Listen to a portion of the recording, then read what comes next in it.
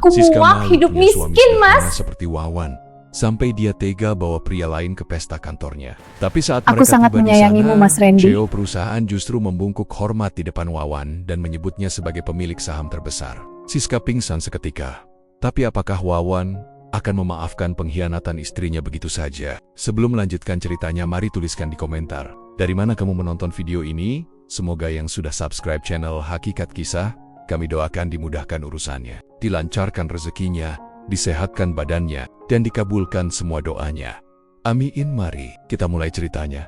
Aroma nasi goreng yang gurih seharusnya menjadi pembuka hari yang menyenangkan. Namun bagi Wawan, aroma itu selalu bercampur dengan bau ketidaksukaan yang keluar dari mulut istrinya. Pagi itu, Siska duduk di meja makan dengan mata yang terus tertuju pada layar ponsel mahalnya. Ia sesekali memoles kuku jarinya, mengabaikan piring yang sudah disiapkan Wawan di depannya. Wawan hanya diam, mengenakan kaos oblong putih yang sedikit pudar dan celana pendek selutut. Bagi Wawan, kenyamanan adalah segalanya. Tetapi bagi Siska, penampilan suaminya adalah aib yang harus disembunyikan ropet-ropet dari dunia luar.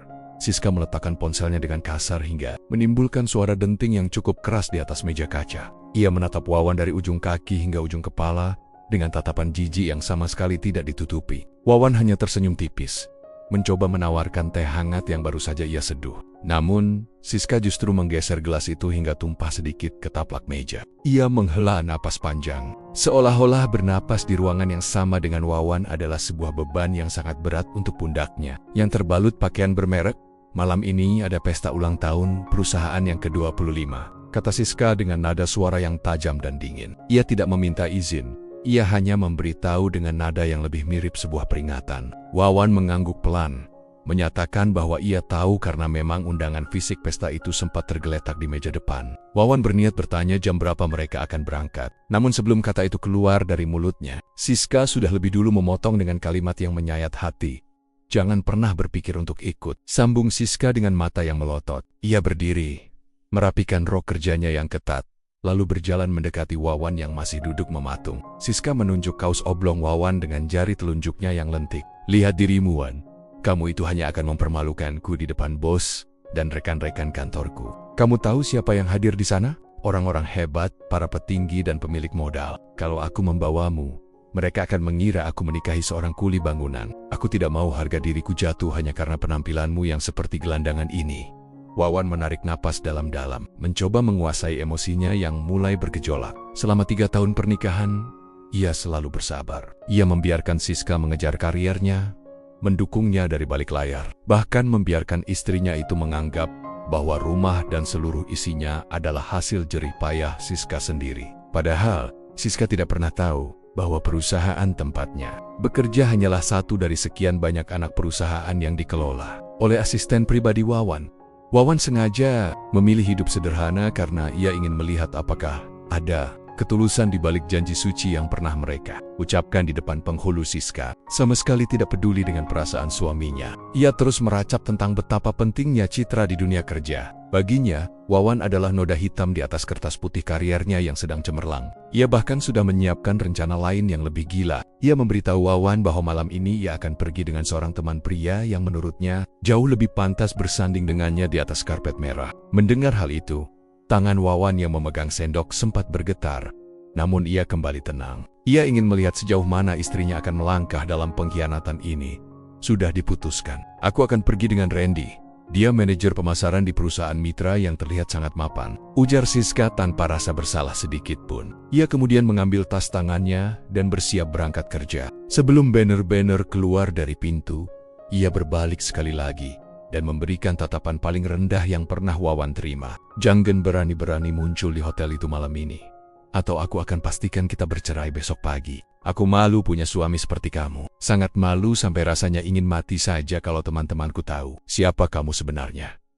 Pintu depan tertutup dengan bantingan keras, meninggalkan Wawan dalam kesunyian rumah yang terasa sangat dingin. Wawan meletakkan sendoknya, lalu mengeluarkan sebuah ponsel dari saku celananya. Ponsel itu bukan ponsel pintar biasa, melainkan perangkat khusus dengan enkripsi tingkat tinggi. Ia mendial sebuah nomor yang langsung diangkat pada dering pertama. Suara di seberang sana terdengar sangat hormat, menyapa Wawan dengan sebutan yang selama ini ia sembunyikan ropet-ropet dari Siska. siapkan setelan jas terbaik yang kita punya. Lalu hubungi direktur utama untuk menyiapkan penyambutan di pintu VVIP malam ini. Ucap Wawan dengan suara yang mendadak berubah menjadi berat dan berwibawa. Tidak ada lagi keraguan di matanya. Kesabaran ada batasnya, dan Siska baru saja melewati garis yang tidak seharusnya ia injak. Wawan berdiri, meninggalkan sarapan yang tidak tersentuh, dan berjalan menuju sebuah ruang rahasia di lantai atas, yang bahkan Siska tidak diizinkan masuk selama bertahun-tahun. Di sana, sebuah dunia yang berbeda telah menantinya untuk segera dikendalikan kembali. Sore itu langit berubah menjadi jingga yang muram, seolah ikut merasakan ketegangan yang merayap di dalam rumah mungil yang selama ini menjadi saksi bisu kesabaran. Wawan, Siska pulang lebih awal dengan wajah yang berseri-seri, namun senyum itu sama sekali bukan untuk suaminya. Ia membawa beberapa tas belanjaan berisi gaun mewah yang harganya mungkin setara dengan gaji 3 bulan karyawan biasa. Di ruang tengah, Wawan sedang duduk tenang membaca buku, masih dengan kaos oblongnya yang santai. Sebuah pemandangan yang seketika melunturkan suasana hati Siska. Berhenti duduk di sana seolah kamu pemilik rumah ini, bentak Siska sambil melempar tas belanjanya ke sofa. Wawan hanya menoleh pelan, menatap istrinya yang mulai sibuk memoles wajah dengan riasan tebal. Siska terus menggerutu tentang betapa malunya dia jika ada tetangga yang melihat Wawan saat tamu spesialnya datang menjemput. Baginya, kehadiran Wawan di ruang tamu saat itu adalah sebuah gangguan estetika yang merusak pemandangan indahnya, menuju puncak kesuksesan sosial. Tak lama kemudian, suara deru mesin mobil mewah terdengar berhenti tepat di depan pagar rumah mereka. Siska segera berlari menuju jendela, menyibak tirai dengan antusiasme yang tidak pernah ia tunjukkan pada Wawan selama bertahun-tahun. "Itu Randy," serunya dengan suara melengking penuh kemenangan. Wawan berdiri dari kursinya, hendak menyapa tamu tersebut sebagai tuan rumah yang sopan. Namun Siska segera mendorong dada Wawan dengan kasar hingga pria itu terhuyung ke belakang menuju arah dapur, masuk ke dalam. "Won, jangan berani-berani menampakkan wajahmu di depan Randy," bisik Siska dengan nada mengancam yang tajam. Ia tidak ingin citra yang ia bangun tentang dirinya sebagai wanita karier sukses yang lajang, atau setidaknya bersuamikan pria setara, hancur berantakan. Wawan hanya diam, memperhatikan dari balik sekat dapur saat seorang pria tinggi dengan setelan jas pas badan masuk ke dalam rumah mereka. Randy tersenyum sombong, menyugar rambutnya yang klimis, dan langsung merangkul pinggang Siska dengan sangat akrab di depan mata. Wawan, Randy memandang berkeliling rumah dengan tatapan meremehkan, lalu matanya tidak sengaja menangkap sosok Wawan yang berdiri di kegelapan area dapur. "Siapa itu, Siska?" tanya Randy dengan tawa kecil yang menghina. Siska tertawa renyah, sebuah tawa yang terdengar sangat asing dan menyakitkan di telinga Wawan. "Itu hanya tukang bersih-bersih yang sedang mengerjakan tugasnya. Jangan dipedulikan. Ayo kita berangkat sekarang. Kita tidak boleh terlambat untuk sesi foto di karpet merah." Sebelum langkah keluar, Siska menyempatkan diri berbalik arah. Ia menatap Wawan yang masih mematung dengan tatapan yang penuh dengan kebencian dan peringatan terakhir. "Ingat pesanku tadi pagi, kalau sampai aku melihat bayanganmu di pesta itu, jangan harap bisa kembali ke rumah ini lagi. Kamu itu sampah, Wan, dan sampah tidak punya tempat di pesta berlian," ucapnya pelan namun penuh penekanan sebelum akhirnya menghilang di balik pintu mobil mewah Randy yang langsung melesat pergi meninggalkan kepulan debu. Wawan menghela napas panjang, namun kali ini tidak ada gurat kesedihan di wajahnya. Ia berjalan menuju lantai atas, memasuki ruangan yang selalu ia kunci rapat. Di sana, sebuah kotak kayu besar berisi setelan jas buatan tangan dari penjahit terbaik di Italia sudah menantinya. Ia melepas kaos oblongnya, menatap cermin dengan pandangan yang tajam dan penuh wibawa. Saat ia mengenakan kemeja sutra putih dan jas hitam yang sangat presisi di tubuhnya, aura pria sederhana itu lenyap seketika, digantikan oleh sosok penguasa yang selama ini memilih untuk tidur di balik bayangan kesederhanaan. Gedung hotel bintang 5 itu tampak berkilauan di bawah sorotan lampu sorot yang menembus langit malam. Karpet merah panjang membentang dari lobi hingga pintu masuk aula utama, diapit oleh para jurnalis dan fotografer yang siap mengabadikan momen ulang tahun perusahaan properti raksasa tersebut. Siska keluar dari mobil Randy dengan dagu terangkat tinggi, tangannya menggandeng erat lengan Randy Sioliola. Mereka adalah pasangan paling berpengaruh di kota itu. Ia merasa berada di puncak dunia, menikmati tatapan iri dari rekan-rekan kantornya yang melihat ketampanan dan kemewahan yang dibawa oleh pasangannya. "Lihat itu Siska, dia benar-benar mendapatkan pria yang tepat," bisik salah satu teman sekantornya yang langsung membuat ego Siska melambung tinggi. Ia terus menebar senyum palsu, menyalami setiap orang yang ia temui dengan gaya yang sangat anggun. Meski di dalam hati ia terus mengutuk Wawan yang ia harap sedang merana di rumah. Siska merasa bahwa malam ini adalah tiketnya untuk naik jabatan menjadi manajer senior. Apalagi ia mendengar kabar bahwa pemilik saham mayoritas perusahaan akan hadir untuk pertama kalinya setelah bertahan-tahan bersembunyi. Di sisi lain gedung, sebuah limosin hitam yang sangat panjang dan tanpa plat nomor biasa berhenti di jalur khusus VVIP yang dijaga ketat oleh pihak keamanan bersenjata. Tidak ada kerumunan wartawan di sana. Hanya ada barisan pria berseragam hitam yang membungkuk serentak saat pintu mobil terbuka. Wawan melangkah keluar dengan tenang. Jam tangan yang melingkar di pergelangan. Tangannya memiliki nilai yang lebih tinggi daripada seluruh aset kantor tempat Siska bekerja. Ia tidak memerlukan pengakuan dari siapapun di sana, karena dialah alasan mengapa gedung itu bisa berdiri tegak malam ini. Seorang pria paruh baya dengan raut wajah tegang segera menghampiri Wawan. Ia adalah Pak Broto, direktur utama yang selama ini hanya bisa berkomunikasi dengan Wawan melalui telepon. Pak Wawan, sebuah kehormatan besar Anda bersedia hadir secara langsung, bisik Pak Broto dengan suara gemetar karena rasa hormat yang luar biasa. Wawan hanya mengangguk singkat, matanya menatap tajam ke arah pintu masuk aula, di mana suara musik pesta mulai terdengar riuh. Ia tahu istrinya ada di dalam sana, sedang menari di atas kebohongan yang ia ciptakan sendiri. Wawan berjalan menyusuri lorong khusus yang langsung menuju balkon pribadi yang menghadap ke seluruh area pesta. Dari sana, ia bisa melihat Siska yang sedang tertawa sambil memegang segelas sampahnya, dikelilingi oleh pria yang mencoba mengambil hatinya. Wawan melihat bagaimana Siska dengan bangganya memperkenalkan Randy sebagai pengusaha sukses kepada atasan-atasannya. Pemandangan itu membuat Wawan merasa bahwa keputusannya untuk memberikan pelajaran pada malam ini adalah hal yang sangat tepat dan tidak perlu ada belas kasihan lagi. Pak Broto yang berdiri di sampingnya tampak bingung melihat tatapan dingin bosnya, tertuju pada satu titik di lantai bawah. Apakah ada yang salah, Pak? Apa perlu saya mengusir tamu yang tidak berkenan di hati Anda? Tanya Pak Broto dengan sigap. Wawan menggeleng pelan sambil tersenyum tipis yang sangat misterius. Tidak. Biarkan saja mereka bersenang-senang sebentar lagi. Aku ingin melihat seberapa tinggi dia bisa terbang sebelum saya plastiknya meleleh karena cahaya kebenaran yang akan aku bawa sebentar lagi. Jawab Wawan dengan nada yang membuat bulu kuduk. Pak Broto meremang.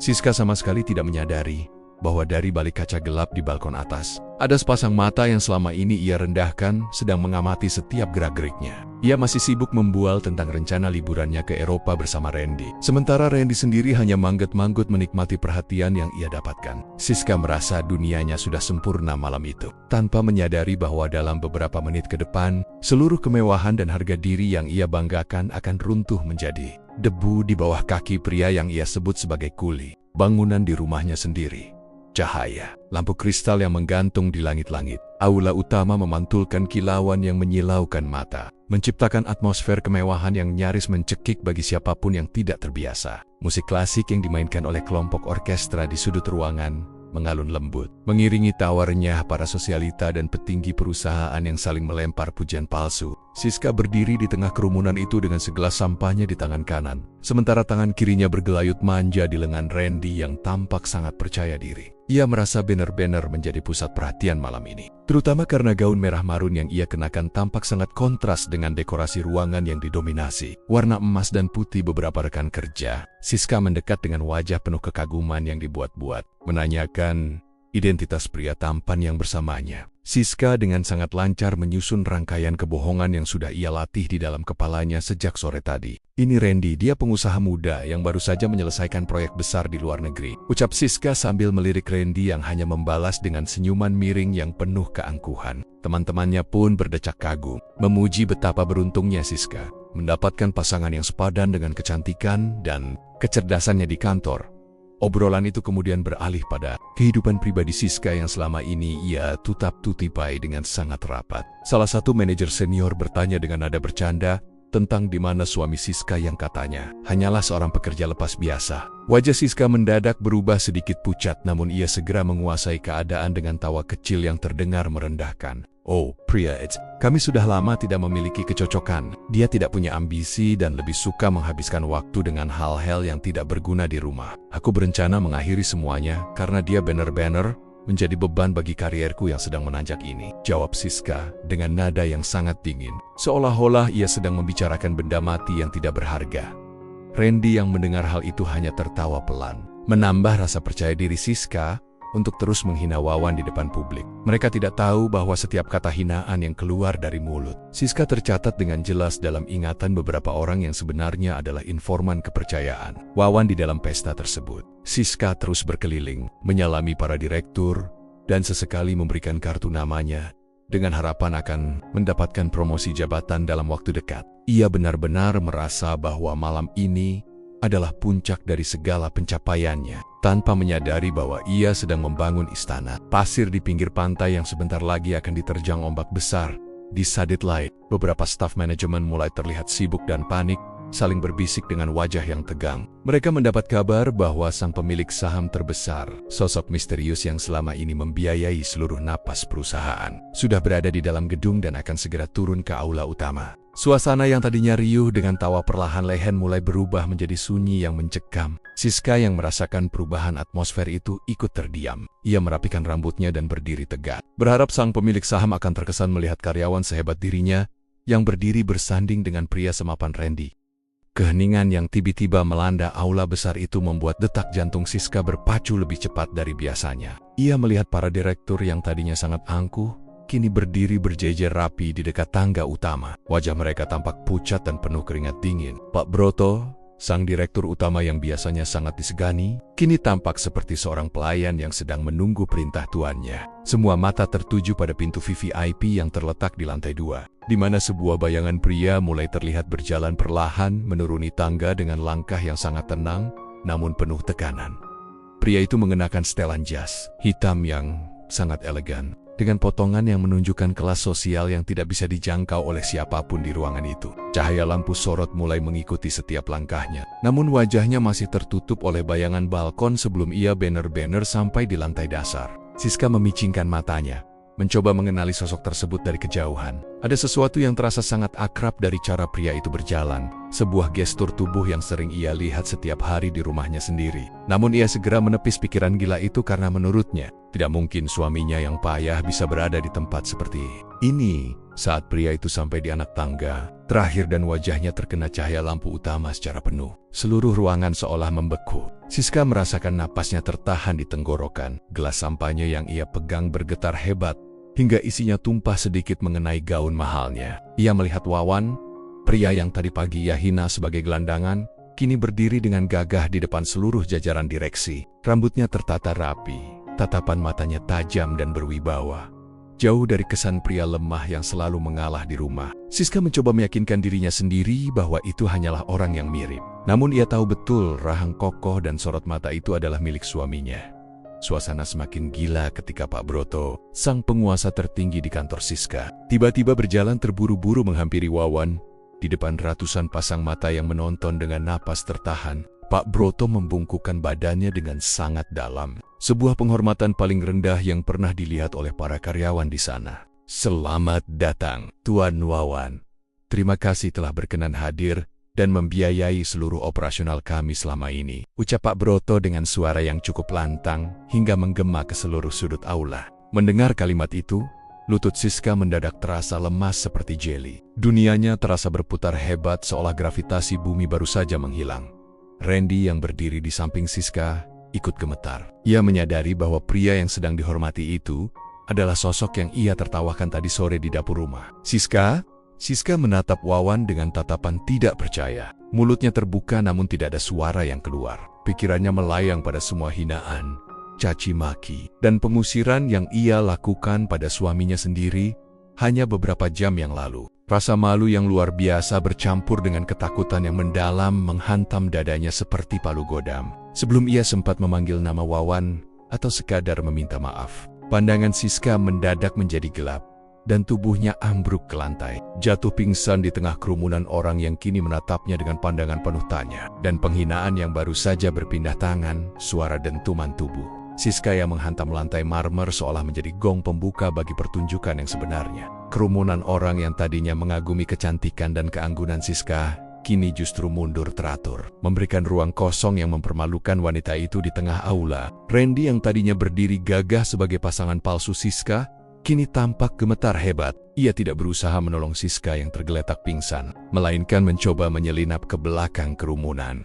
berharap bayangan pilar-pilar besar gedung bisa menyembunyikan wajahnya dari tatapan tajam Wawan.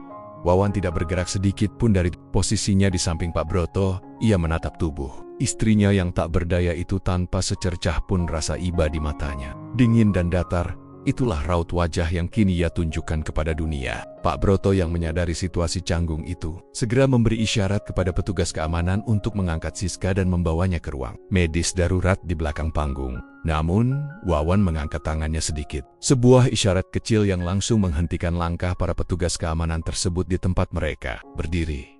Biarkan dia di sana sebentar. Suara Wawan menggelegar tenang namun penuh otoritas yang tak terbantahkan. Seluruh ruangan mendadak senyap. Bahkan detak jarum jam di dinding aula seolah bisa terdengar jelas. Wawan kemudian melangkah perlahan, setiap ketukan sepatunya di atas marmer terdengar seperti vonis mati bagi karier. Siska, ia berhenti tepat di depan Randy yang sedang menunduk ketakutan. Wawan menatap pria itu dari atas ke bawah, persis seperti cara Siska menghinanya tadi pagi, namun dengan kelas yang jauh lebih tinggi dan mematikan. Jadi, ini manajer pemasaran hebat yang akan menggantikan posisiku? Tanya Wawan dengan nada sarkasme yang halus namun menusuk. Randy tidak berani menjawab. Keringat dingin bercucuran dari pelipisnya hingga membasahi kerah jas mahalnya yang kini terasa mencekik leher. Wawan kemudian berbalik ke arah Pak Broto dan para direksi lainnya yang masih membungkuk hormat. Wawan mengeluarkan sebuah amplop coklat dari saku jasnya dan memberikannya kepada Pak Broto. Di dalamnya terdapat bakti-bakti transfer gelap dan laporan manipulasi. Data yang dilakukan Siska demi mendapatkan bonus bulanan yang fantastis. Siska mulai siuman, matanya mengerjap pelan saat ia merasakan dinginnya lantai marmer meresap ke dalam kulitnya. Hal pertama yang ia lihat adalah ujung sepatu mengkilap milik Wawan yang berada tepat di depan wajahnya. Ia mendongak dengan sisa tenaga yang ada, berharap semua ini hanyalah mimpi buruk yang akan hilang saat ia bangun. Namun, kenyataan pahit menghantamnya lebih keras ketika ia melihat Wawan menatapnya dengan pandangan yang benar-benar asing. Tidak ada lagi kehangatan di sana. Tidak ada lagi suami penyabar yang selalu menyiapkan sarapan untuknya setiap pagi. "Wan, ini pasti salah paham," bisik Siska dengan suara parau dan gemetar. Ia mencoba meraih ujung celana Wawan, namun Wawan melangkah mundur satu tindak, menghindari sentuhan tangan wanita yang telah mengkhianatinya itu. Siska menatap ke sekeliling, melihat man-man kantornya yang kini menatapnya dengan pandangan jijik dan penuh ejekan. Mereka yang tadi memujinya kini berbisik-bisik tentang betapa memalukannya kelakuan Siska yang membawa selingkuhan ke pesta kantor pemilik perusahaan sendiri. Dunia Siska benar-benar runtuh, dan ia harus menyaksikannya sambil merangkak di lantai pesta yang seharusnya menjadi panggung kemenangannya. Pagi harinya, suasana di kantor pusat perusahaan properti itu tidak lagi sama. Berita tentang kejadian di pesta semalam telah menyebar seperti api yang ditiup angin kencang ke seluruh divisi. Siska berjalan melewati lobi kantor dengan langkah gontai, matanya sembab karena tidak bisa tidur sepanjang malam. Ia masih mengenakan pakaian kerja yang rapi, mencoba mempertahankan sisa-sisa martabatnya. Namun, setiap orang yang berpapasan dengannya langsung memalingkan muka atau tertawa sinis. Di belakang punggungnya, ia merasa seperti berjalan di lorong kematian menuju ruangan Pak Broto.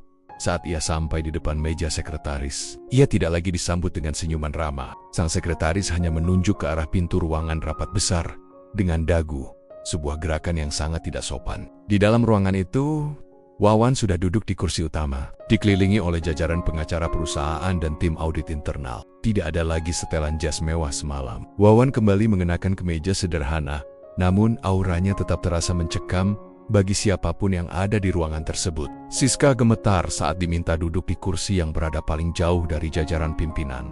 "Siska, hari ini bukan hanya hari terakhirmu bekerja di sini, tapi juga hari di mana kamu harus mempertanggungjawabkan semua perbuatanmu," ucap Pak Broto sambil melemparkan setumpuk dokumen ke atas meja. Dokumen itu berisi bukti perselingkuhan Siska dengan Randy yang ternyata menggunakan fasilitas kantor, serta bukti penipuan laporan keuangan yang ia lakukan selama 2 tahun terakhir. Siska mencoba membela diri, namun suaranya tercekat di tenggorokan saat Wawan meletakkan sebuah map merah di depannya. Map itu berisi gugatan cerai dan tuntutan ganti rugi atas pencemaran nama baik perusahaan yang nilainya sangat fantastis. Wawan berdiri, berjalan menuju jendela besar yang menghadap ke arah kota, membelakangi Siska yang mulai menangis histeris. Ia tidak peduli dengan air mata itu, karena ia tahu Air mata itu bukan karena penyesalan, melainkan karena ketakutan akan kehilangan kemewahan. Kamu bilang aku sampah yang merusak citramu, Siska. Kini, aku akan membiarkanmu merasakan bagaimana rasanya hidup tanpa citra, tanpa harta, dan tanpa siapapun yang peduli. Mulai hari ini, seluruh asetmu, termasuk rumah yang kita tempati, akan disita sebagai bagian dari ganti rugi perusahaan. Ucap Wawan dengan suara yang sangat tenang, namun sangat mematikan. Siska bersujud di lantai, memohon ampunan hingga dahinya memerah menghantam lantai ruang rapat. Ia memanggil nama Wawan berkali-kali, mengingatkan tentang kenangan masa lalu mereka. Namun Wawan sama sekali tidak bergeming. Pengacara Wawan segera menyodorkan dokumen pemecatan tidak hormat yang harus ditandatangani Siska saat itu juga. Siska kehilangan segalanya dalam 1 jam. Jabatannya, gajinya yang besar, mobil dinasnya, hingga kehormatannya sebagai seorang istri. Petugas keamanan kemudian masuk dan menyeret Siska keluar dari gedung. Di depan mata semua rekan kerja yang dulu ia remehkan di luar gedung. Siska berdiri di trotoar dengan tas tangan yang kini terasa sangat berat. Ia melihat Randy lewat dengan mobilnya. Namun pria itu justru memacu kendaraannya lebih cepat. Sioliola Siska adalah wabah penyakit yang harus dihindari. Siska baru menyadari bahwa selama ini ia dikelilingi oleh orang-orang yang hanya mencintai hartanya, bukan dirinya. Ia menatap ke arah jendela lantai atas kantornya, melihat bayangan Wawan yang masih berdiri tegak di sana. Wawan telah melepaskannya, bukan dengan amarah yang meledak-ledak, melainkan dengan keadilan yang menghancurkan seluruh dunianya, hingga ke dasar yang paling dalam. Waktu terus berjalan tanpa pernah menunggu siapapun untuk pulih dari kehancuran. Setahun telah berlalu sejak malam di mana lampu kristal aula pesta itu menjadi saksi runtuhnya martabat Siska. Di pinggiran kota yang kumuh, di sebuah gang sempit yang bau air selokannya menusuk hidung, Siska kini menjalani sisa hidupnya yang merana. Ia tinggal di sebuah kontrakan petak dengan dinding tripleks yang mulai lapuk dimakan usia.